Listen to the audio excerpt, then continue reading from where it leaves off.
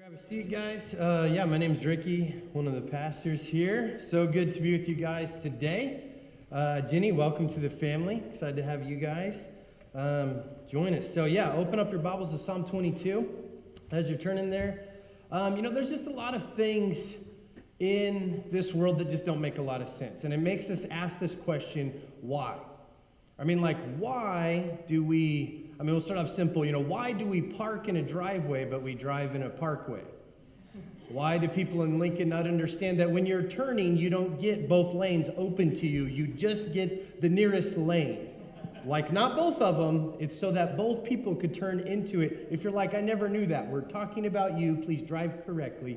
Why have you not learned the rules of the road? It's not your road. But, we ask, why do people use the word literally so much to not mean literally? We ask a lot of these types of questions, and then people probably, asking me, hey, why did my wife, Christy, who's amazing, who's beautiful, who's awesome, why did she agree to marry you, Ricky? Why can't the Huskers finally be good? Why is this pandemic happening? Why during this pandemic and this flu virus is everybody so concerned about toilet paper when this virus actually does nothing to impact the frequency of your bowel movements? We ask this about a lot of things, but this question really starts to burn in us, this why, when life gets really tough. When we're facing certain circumstances in our life that really it's like, hey, it not only doesn't make sense, but I kind of almost need it to make sense. Why is this happening? Why is this happening to me, God? God, why didn't you stop it? God, why didn't you intervene? Or maybe because you've actually been crying out to God and you're asking a different why question is, God, why, God, are you not listening to me? And so we wrestle with that, and we see the author here is experiencing the same thing here in Psalm 22. So let's just look at the first 3 verses here. It says, my God, why have you forsaken me? Why are you so far from saving me from the words of my groaning? Oh my God, I cry by day, but you do not answer, and by night, but I find no rest. And so we see this David, he's just crying out in despair, utter frustration, anguish. And this psalm starts off really hot, right out of the gate. Just, my God, why have you forsaken me, God? Why, when I cry out to you, are my words so far from you? And he just comes to God with these questions. Why haven't you done anything about it? Why are you so far from saving me? And he just feels that God has distanced himself from him. That God has deserted him. That God is just basically paying him no attention. And this is not just some kind of little normal chat that he's having with God. He's crying out. It says there, I cry by day. I cry out at night. God, it's all day I'm crying out to you. And I feel like when I'm praying to you, I feel like my prayers are getting no farther than the ceiling. I don't even know if they're reaching you, God, because you feel so far away. Are you just ignoring me? And many of you can relate. I think at one point or time or another, we kind of feel this anguish, this despair in us. Maybe it's because, God, why did you allow this to happen? God, why did you allow someone who's a great person, who I love, who they love you, why did they get cancer? God, why did either we or someone I know have that miscarriage? God, you could have stopped it. God, why didn't you? Why is this happening? And the things that you've been crying out to God, they're probably good things. And that even makes you more frustrated. God, these are good things. Don't you want to see this happen too? So then why aren't you answering? God, don't you want that person to be healed? God, don't you want us to have a family? God, don't you want me to be in a good relationship? Why, God? You ask God to help you, and you cry out to him, and just nothing happens. And you're just in despair. And even, so here David's just crying out to God. And even in the next chapter, verse 23, or chapter 23, verse 4, David says something else. He says, even though I walk through the valley of the shadow of death, I will fear no evil, for you are with me. Man, that sounds awesome in chapter 23. But here in chapter 22, he's like, I don't believe that. Man, I am in the valley of the shadow of death, and I feel like you're nowhere to be found. It doesn't feel like chapter 23, verse 4 is even true right now. Where are you, God?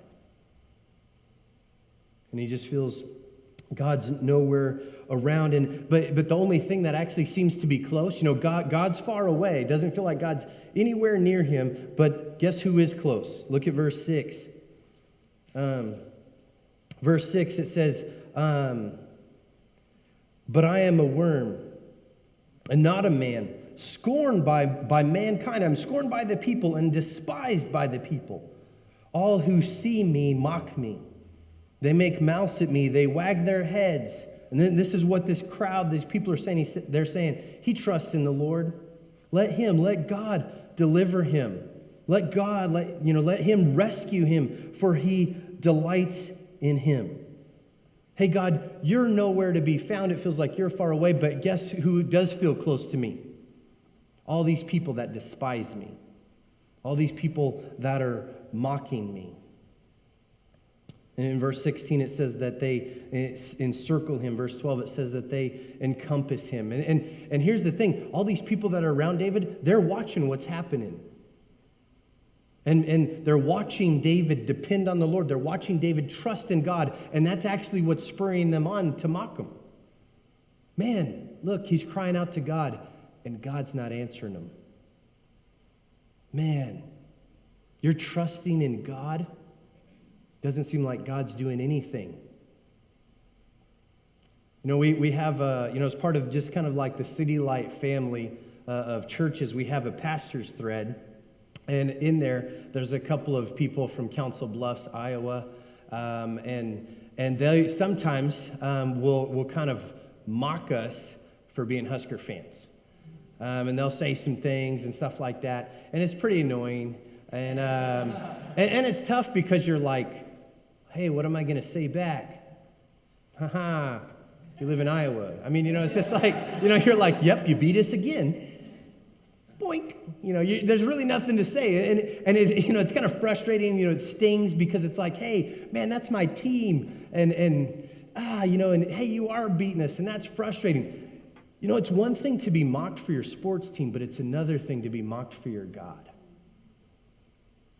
And it's not because of these questions like, oh, hey, I don't understand, how could God do this? Or how could God create the universe? Or all those things. It's not these questions. It's this mockery of, man, you're trusting in God. You're leaning into God, and your God doesn't seem to be showing up. And they're just mocking him. And then, in verse 14, David just continues to talk about just how he feels in despair. And verse 14, it says, I'm poured out like water. Man, I'm just like spread out. I can't even gather myself. I don't even know what to do. And then he says, man, my heart is like wax. My strength is dried up. Man, I don't even know what to think right now. I just feel lost. He says that my joints are out of sync. I don't even have the strength to really defend myself. I'm just melting away. I have no energy. I'm just broken. And then he says that, man, my tongue is sticking to the roof of my mouth. Verse 17, I count all my bones. They stare and they gloat over me. And in verse 18, it says, man, they divide my garments among them. And for my clothing, they're casting lots. You know, when we're talking about that, you know, they're basically, all these people are around me and they're just waiting for me to die. It reminded me of this movie, The Three Amigos, when the three amigos come to, you know, face the infamous El Guapo, and one little kid comes up to one of the amigos and he says, hey, can I have your watch when you are dead? You know, that's kind of like what's going on here. They're like, hey, this guy's about to die. I got his watch. I got his wallet. Man, I'm calling dibs on his iPhone. God, you're far away. And the only people that are around me, they're not here to encourage me. They're not here to help me. They're here to just wait for me to die and grab my stuff. It's a really tough, I mean, he's just saying, man, God, I'm down. I'm out for the count. I can't pick myself up from the mat. I'm about to die. It's just, gosh, I don't even know what to do here. And you know, there's a couple of, you know, things I just want us to see from this text. What we see here in the passage is one, I mean, we've talked about this as we've gone through the Psalms, but just to hit it again, we can be honest to God. We can go to him with everything. There is this no like, hey, you need to filter, you know, and kind of Photoshop yourself when you go to God. And this is very raw, honest conversation, prayer, crying out to God. We could do the same thing. And you know, the other thing is that God understands us. God can relate. I think many times we feel like God is just pretty distant. God, you know, you're just kind of over there. I don't know where over there is, heaven or just over there. Definitely not over there in Iowa, but you're over there somewhere. You know, God, and we just think that when we pray to God, God, hopefully, if I explain it to you well enough, you might understand. But God, I really just don't think you're getting what I'm going through. I mean, one of the things I love about this passage is that this passage even just kind of goes back and forth. You know, there's this moment of anguish, of just despair, and then it's like David's going to God for hope. Man, you used to do this, you used to do that. Hey, you've been with me. And then it goes back to despair, and then it comes back to hope. Isn't that just like real life? I mean, you have those, right? You have a day where you're just like, man, I feel lost. And then the next day you're like, man, I feel like I can trust in God again.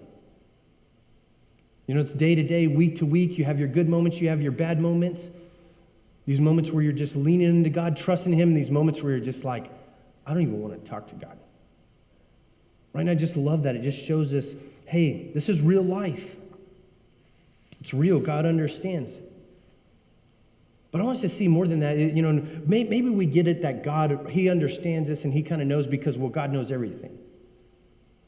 But it's not just that God knows these things, but God has experienced these things. I mean, Jesus is the one that cries out from the cross, my God, why have you forsaken me? Jesus was the one that was mocked by his enemies. I mean, in Matthew 27, it says they mock him as King of the Jews. You want to talk about being mocked? Jesus came to save them, and yet they're the ones mocking him. You know, they say out to him, man, Jesus saved others. Can he not save himself? He's the King of Israel. Then let him come down from the cross. He's trusted in God. Where is God to deliver him now? I mean, even the two criminals, the two robbers that are next to him on the cross, they jump in when they're being crucified and they mock him. Jesus had enemies cast lots for his clothes. Jesus even cries out from the cross, I am thirsty. Even, you know, David in here, he lists these 3 times of anguish, and then these three times that he goes to God in prayer. We even see Jesus doing the same thing in the Garden of Gethsemane, as he's just sweating drops of blood because of all the pressure and all the anguish that he's in. He cries out to God 3 times. God, if it's possible, if there is another way, please take this cup from me. And so we get it that when we say, hey, Jesus understands us, it's not just because he knows things, it's because he's experienced them as well. And this is what Hebrews 4:15 15 and 16 says, "For we do not have a high priest," talking about Jesus, "who is unable to empathize with our weakness. But we have one who has been tempted in every way, just as we are, yet he did not sin. Let us then," because since God, we have this great high priest in Jesus who understands us, understands our weakness, "let us then approach God's throne of grace with confidence so that we may receive mercy and find grace to help us in our time of need." And so whatever right now that you're facing or in the past or, about to, just this suffering, this anguish, this confusion, you're not alone. God is with you. He's struggling with you in this, and he understands what you're going through. Even if you don't really maybe feel that way, he actually understands. He can relate to you. And so we've seen David, he's just going through this time of despair. But we also see this time of dependence and this running to God. So in verse 3, he says, he cries out in anguish, and in verse 3 he says, "Yet you are holy, enthroned on the praises of Israel. In you our fathers trusted. They trusted and you delivered them. To you they cried and were rescued. In you they trusted and were not put to shame."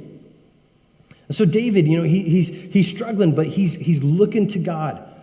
"God, I'm looking to you for encouragement." And so he looks to the past. "God, man, you are holy." And our fathers, our ancestors, they cried out to you and you answered them. You rescued them. God, you were faithful to us as a people in the past. And he's just looking to that to encourage them, to encourage him.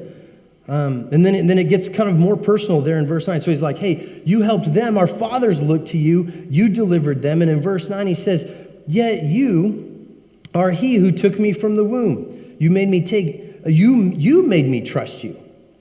At my mother's breast, on you was I cast from birth, and from my mother's womb you have been my God." And so he said, "Hey, you've been with Israel, us, the covenant people of God. You've been faithful to us. You've delivered them, but God, you've been with me from the very beginning. Man, you have been with me every step of the way of my life. You've been faithful." And so he's just looking, for this, something to just grab onto of God's faithfulness, of what God has done and who he's been. "You've been with me every step of the way." And then in verse 19, he appeals to God again, and he says, "But you, O Lord, do not be far off. O you, my help, come quickly to my aid. Deliver my soul from the sword, my precious life from the power of the dog.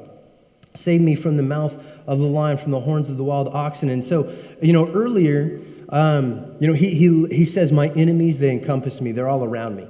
And he says, the bulls of Bashan, and he says lions, and he says dogs, they encircle me. And then here he lists them in reverse order. So it was bulls, bulls, lions, dogs. And here it's dogs, lions, and he says oxen, which, it's similar to bulls. And so he's saying, hey, he lists them in reverse order. And he's saying, God, everything that's been happening to me, I want you to not just stop it, I want you to undo it. I want you to reverse it. And so God, even like how Abraham was fatherless and old, God, you took Abraham and you reversed it and you made him the father of many nations. We were these slaves in Egypt, oppressed, and then God, you actually reversed it. You freed us and you made us a light to the world. And God, I'm asking you to do that in my life. Don't just stop it, but Lord, reverse it. And he just goes back, of just God, you've been this, you've done this all the time, all the way. And he's not just even leaning on what God has done, but he's leaning on who God is. I mean, in verse 3, he says, but yet, God, you are holy. You're set apart, God. You're different. Well, what tends to happen when life gets really tough is that our circumstances, our situations that are really hard, that's like right in front of our face, that's on our mind, and then we interpret everything through our situation. And we'll even interpret God through our circumstances. Hey, this is what's happening to me. Well, because this is what's happening to me, this is my experience, then must be what God is doing. But David is appealing to God's character, to who God is. God, you are holy. And for us, no matter what is happening, it's always we're looking at God. God, you are this. You are faithful. You are loving. You are holy. And so, God, I'm going to look at you and know who you are, and that's going to help me to interpret my circumstances. That's going to tell me what really is going on because I'm looking through you, like through who you are, to tell me what is going on in my life. And then notice in verse 21, so we see this. He's in despair. He's crying out to God. He's leaning in him for dependence and trust. And then in verse 21, there's this quick shift. Save me from the mouth of the lion, and then from the horns of the wild oxen. And he says, you have rescued me. God, you have answered me. You have heard. And I want you to notice again that his circumstances here haven't changed. There's nothing here in like, hey, now my enemies are gone. Hey, now everything's fine. You've heard.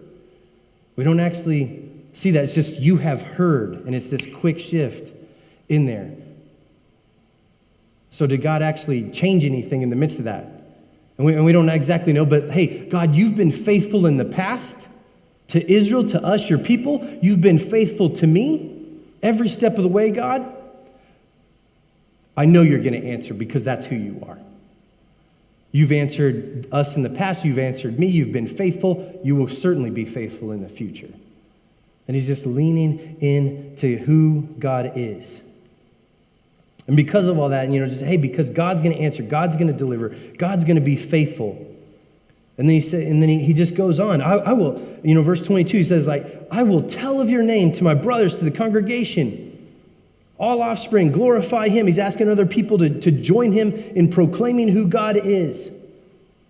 He has not despised the abhorred or the affliction of the afflicted. And he just David, he goes from this kind of despair, this dependence, kind of back and forth, and to this expectation that he's going to proclaim who God is. Hey, God, because you've answered, you've intervened, I'm going to tell everybody of who you are. I'm going to ask other people, the congregation, Israel, all these people to just join in me in declaring, God, who you are. And then he has this expectation of what that's going to do. In verse 27, because of this proclamation of just sharing of who God is and what he's done, verse 27, all the ends of the earth shall remember. All the families of the nation shall be before you. Hey, this isn't just like me and my little thing. This actually isn't even just us and the congregation thing. This is going to be all the nations. This is going to go global and impact more and more people. For kingship, verse 28, kingship belongs to the Lord, and he rules over all the nations. All the prosperous of the earth will eat and they'll worship. Even those who are rich, even the one who cannot keep himself to dine. Hey, so the rich are going to worship you, God, and even those who can't even save their soul, save their own life, they're going to be worshiping you. Basically, everybody is going to be worshiping you because I'm going to share what you've done. I'm going to go tell it. I'm going to go proclaim it. And then even in verse 39, it shall be told of the Lord to the coming generation. Hey, God, to even those who haven't even been born yet, they're going to hear of who you are. So David is saying, hey, I'm going to proclaim this, and I have this expectation, God, that you're going to change lives through this. Never underestimate how God can use you. Never underestimate you sharing the gospel or your story, your testimony to someone else and to say, hey, this is what God has done in my life. I mean, your people in your neighborhood, the people in your workplace, your kids, your nieces and nephews, you just never know how that is going to change someone's life and impact someone for eternity. I mean, David has this expectation, hey, God, because I'm going to share of who you are and what you've done, this is going to happen. Never underestimate how God could use you. Church, even think, what does God have for us? City Light South, because he talks about this congregation joining in, proclaiming who God is and what he's done. David is looking, obviously, before the cross, and we're looking back towards the cross. And church, I know that things right now are just crazy. Let's just say it, right? It's weird. But there's one thing that is constant in all of this. And that is the gospel of Jesus Christ. And so for us as a church, for you as a follower of Jesus, what is the message that we proclaim? It is always on the tip of our tongue because it is just so beautiful. It is the gospel. We are people that are moved by the gospel. We are people that are shaped by the gospel. We are people that are motivated by the gospel because we are people that are saved by the gospel. All of these things that are going out there, are crazy. But here's the good news. We know what will ultimately bring healing and solve it all is Jesus. Jesus changes hearts. Jesus heals lives. Jesus awakens people. And so for us, I want us to be so excited more than ever that, hey, this is the message that we're going to speak. It is that Jesus has come into this world to save sinners. That's even why Paul says, we proclaim Christ crucified. That is what should excite us more than anything because, hey, the ultimate answer, God has given it to us in Jesus Christ. He's the one that can change this world more than anything because at the bottom of just all of these things, whatever it is out there, it's a sin problem. And the only one who can save us from sin, the only one who can change us from sin and free us from the presence and power of sin is Jesus. So let us cling to, let's proclaim that message. Let's proclaim what Jesus has done, that he died on the cross, that he rose again, and that he's changed us, that he saved us. God can use that in just beautiful ways. And so we've seen here just in this psalm, David's desperation, him just crying out in despair to God. We see his dependence, and we see this excitement for this proclamation. But ultimately, this psalm is not about David. There is actually no event in David's life that can account for all of this.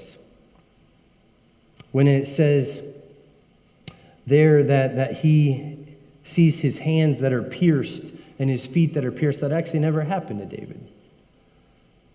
And for us, that seems very clear. That's talking about crucifixion, which actually wasn't even invented yet at the time of David. That's not a Jewish invention. That's a Roman invention that was hundreds of years later. And so David even says this in Acts, that David, he foresaw something not for himself, but he foresaw what would happen and what would come in Jesus. And so Jesus, at the time of his crucifixion, he quotes the Psalm 22 quite a bit. And so just showing that Jesus is even, one, leaning into Scripture, but also saying, hey, this is about me. Hey, what David experienced and wrote, what David experienced kind of somewhat, he experienced partially, and he wrote about it poetically. Jesus experienced it literally. Jesus was mocked by those around him. His enemies surrounded him. When they crucified Jesus, they cast lots for his clothes. This is what it says in Isaiah 53:3. It says, he was despised and rejected by mankind, a man of suffering and familiar with pain, like one from whom people hide their faces. He was despised, and we held him in low esteem. In this passage, there's no plea for vengeance. There's no plea, hey, get back at my enemies. Jesus actually lived that out. If you look at all of that, and even just from the cross, he even just cries out, Father, forgive them, for they don't know what they do. In verse 15, his tongue sticks to the roof of his mouth. Jesus says from the cross, I thirst. In verse 17, it says, I can count all my bones. Verse 2, it says, I am a worm, not a man. Isaiah 52, talking about the suffering servant, Messiah to come, says that he was marred beyond human likeness. Couldn't even recognize him. His heart is like wax. Jesus cries out to the Father in anguish. God, if there's another way, take this cup from me. And in the moment of despair, as darkness is covering the land, Jesus cries out from the cross, my God, why have you forsaken me? That is the question that David starts this psalm out with. And here's the answer to that question that God is saying to David, and he's saying to you. The question, my God, why have you forsaken me? And God answers back, I didn't. I sent my son, and he was forsaken for you. He was forsaken for you so you would never have to be forsaken. He took the penalty and the price for sin so that you wouldn't have to pay it. I'm a just God, and I have wrath and anger towards sin because I'm holy. And hey, that didn't come to you, that went to my son. And we might feel abandoned, or we might feel forsaken by God, but Jesus was really the one that was forsaken for us so that we will never be. This is what 2 Corinthians 5:21 says. It says that he, Jesus, who knew no sin, was completely innocent, knew no sin, became sin for us so that we might become the righteousness of God. He became sin for us. Galatians 3:13 says that he became a curse for us. Jesus didn't just die for sin. He became sin. He became that curse. This is what Pastor Timothy Keller says. He says, the sovereign God himself has come down into this world and has experienced its darkness. He has personally drunk the cup of his suffering down to its dregs. And he did it not to justify himself, but to justify us. That is to bear the suffering, death, and curse for sin that we have earned. He takes that punishment upon himself so that someday he can return and end all evil without having to condemn and punish us. Isaiah 53 says that surely he took up our pain and bore our suffering, yet we considered him punished by God, stricken by him and afflicted. But he was pierced for our transgressions. He was crushed for our iniquities. The punishment that brought us peace was on him, and by his wounds we are healed. God laid that sin, that penalty, that curse on Jesus when he was crucified on the cross. He paid the price for your sin, for your pride, for your selfishness, for your greed, for your gossip, for your just ungodly desires, for your apathy towards God. Jesus stepped in and paid the price that you couldn't pay. So this psalm, it starts with this cry out to God. My God, why have you forsaken me? But it ends with a cry of victory. So look at verse 31. They shall come and proclaim his righteousness to a people yet unborn. And then a cry right here that is very similar, if not the same, as what Jesus cries from the cross, that he has done it. It is finished. That's what Jesus says from the cross. He has done it. Which means you can't do it.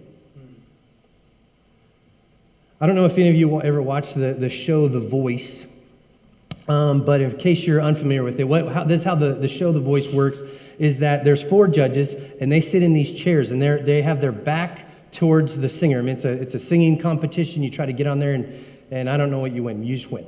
But so the person, the contestant that's trying to sing good enough, perform well enough, they'll walk up onto the stage, and the judges are facing away from them. And they'll just start to sing. And so the judges are only going off of their voice. And if the judge likes what they hear and they think that they're good enough, they'll push this button and their chair will spin around. And at the bottom of the chair, it'll say, I want you. And I think that we think it's that way with God a lot. Hey, if I perform well enough, if I do well enough, if I behave well enough, if I read my Bible well enough, if I don't do bad things well enough, God will spin around and he'll look at me and he'll want me. But God isn't like that at all. God spins his chair around before you even start to sing a word. Before you even show him what you got, God pushes that button and spins that chair around. But actually, it's even more than that. The reality is that you can't even sing. You don't even have a voice. You're just over there in the darkness, in your death, in your sin. And Jesus comes up, gets out of his chair, and comes over there into the darkness and rescues you. That is what happens. He has done it. You do nothing. You contribute nothing. And so when we read these words, he has done it. That is done it completely. It is finished. It is paid in full. He was the one that was forsaken so that we don't have to be. He was the one that was mocked by his enemies. And now when even our enemy goes to God and mocks us and accuses us, Jesus is our defender. Jesus is our advocate. He's the one that was undone that separation between us and God because he took on our sin and gave us his righteousness totally by his love, totally by his grace. And so you can't save yourself from your sin. You can't earn your way to God. You don't chip in. You don't help make yourself more forgivable or anything like that. We do nothing because Jesus has done everything. He has done it. Let's pray.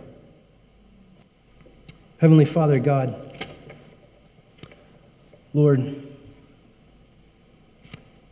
praise you, God, that you have done it.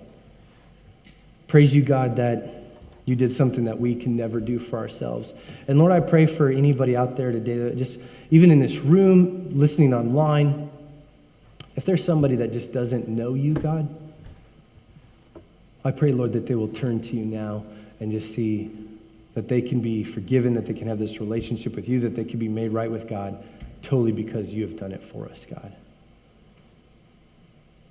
So, Lord, I pray that you would just draw them to yourself, Lord, and that they would turn to you in faith. And, Lord, I pray that even just as we think through this, Lord, that we'll just always constantly look to you, no matter how much despair we feel, Lord, to know that you are faithful. And if we ever wonder, Lord, are you really that faithful? You're the one that came and rescued us out of death and darkness, God. You're always faithful. We ask this in your name. Amen.